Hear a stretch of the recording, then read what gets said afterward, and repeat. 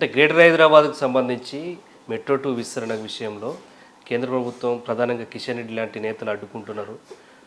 విశాఖపట్నానికి మెట్రో వెళ్ళింది, కనీసం బంజారాహిల్స్ జూబ్లీస్ అంత దూరం కూడా లేదని చెప్పి సీఎం రేవంత్ రెడ్డి అన్నాడు. ఇవాళ కొద్దిగా జ్ఞానం ఉండాలి మాట్లాడేటప్పుడు. ఎందుకని చెప్తానే, కాంగ్రెస్ పార్టీ మొత్తం పరిపాలన సంవత్సరాన్ని 60 సంవత్సరాలు చేసింది. ఈ దేశంలో కేవలం 248 కిలోమీటర్ల మెట్రోనే విస్తరించారు. బీజేపీ ప్రభుత్వం వచ్చిన తర్వాత ఈ గత 12 సంవత్సరాలు మేము తీసుకొచ్చింది 1155 కిలోమీటర్లు. ఓకే, ఓన్లీ 12 సంవత్సరాలు. వాళ్ళు 60 సంవత్సరాలు 248 మేము తీసుకొచ్చినాం. దీంట్లో కూడా మెట్రో స్టార్ట్ చేసి 2012లో ఆ రోజు ఉన్నటువంటి దీంట్లో నరేంద్ర మోదీ గారు వచ్చిన తర్వాత మళ్ళీ దానికి ఫైనాన్స్ చేసి వారే ఇనాగ్రేట్ చేశారు. ఇక్కడ గుర్తుపెట్టుకొని అడ్డుకుంది ఆ రోజు ఎవరైనా టీఆర్ఎస్ పార్టీ. ఫస్ట్ ఫలక్నుమా దాకా తీసుకుపోవాల్సినటువంటి ఒక రైల్వే మన మెట్రో రైల్ని మీరు ఎంజీబీఎస్ దగ్గర ఆపేశారు కదా. మీకు గుర్తుండాలి, మన తెలంగాణ వచ్చిన తర్వాత అసెంబ్లీ ముందు ఎల్ఎన్టీ వాళ్ళతో గొడవ పెట్టుకొని ఆడ కట్టనీయలే. తర్వాత అది ఎక్స్టెన్షన్ అయింది. ఓకే, వాళ్ళు కట్టనీయలే, అడ్డుకున్నారు వాళ్ళు. దాని తర్వాత ఎల్ఎన్టీకు కేంద్ర రాష్ట్ర ప్రభుత్వం గొడవ ఎప్పుడైంది, కాంగ్రెస్ పార్టీ వచ్చిన తర్వాత అయింది.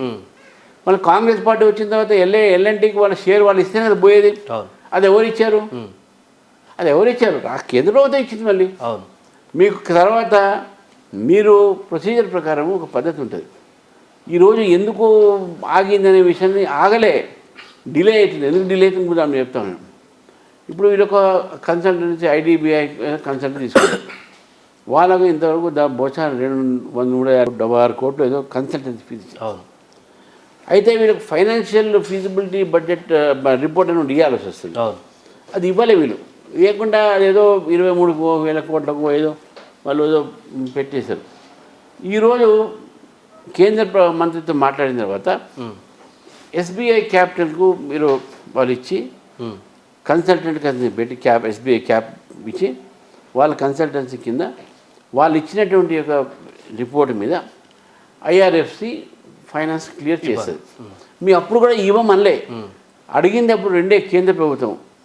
ఏమని అడిగిందంటే ఓఎండ్ఎం ఆపరేషన్స్ అండ్ మెయింటెనెన్స్ మీరు ముందు చేయండి, లోన్ రీపేమెంట్ అవుతుందో తర్వాత చూసుకోండి, ఎందుకంటే ఇంపార్టెంట్ ఇది.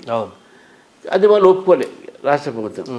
దాని తర్వాత మీరు చేసేటటువంటి ఐడిబిఐ కన్సల్టెన్సీ ఇచ్చారు, దాన్ని మార్చండి, మాకు దాని మీద కొన్ని క్వశ్చన్స్ క్వెరీస్ ఉన్నాయి కాబట్టి ఎస్బీఐ క్యాప్కి అని చేశారు. ఇప్పుడు రెండు ఒప్పుకున్నారు. ఈ రిపోర్ట్ అయిన తర్వాత ఐఆర్ఎఫ్ అప్పుడు క్లియర్ చేస్తుంది.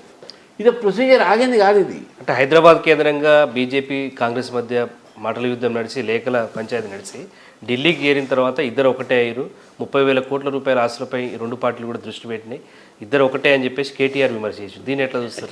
నీ కేటీఆర్ మనం అడగాలి, నువ్వు ఎందుకు ఆపినావు?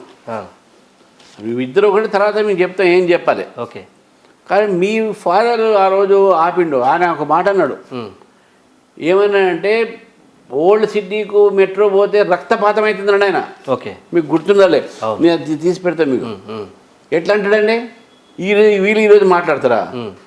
వీళ్ళు అసలు తెలంగాణ అభివృద్ధి కాకుండా అడ్డుకుందే కేటీఆర్, అంటే కేటీఆర్ పార్టీ.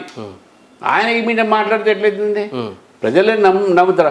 ఎల్ఎన్టీ ఎందుకు గొడవ పెట్టుకుని ఎన్ని రోజులు ఎందుకు డిలే అయింది?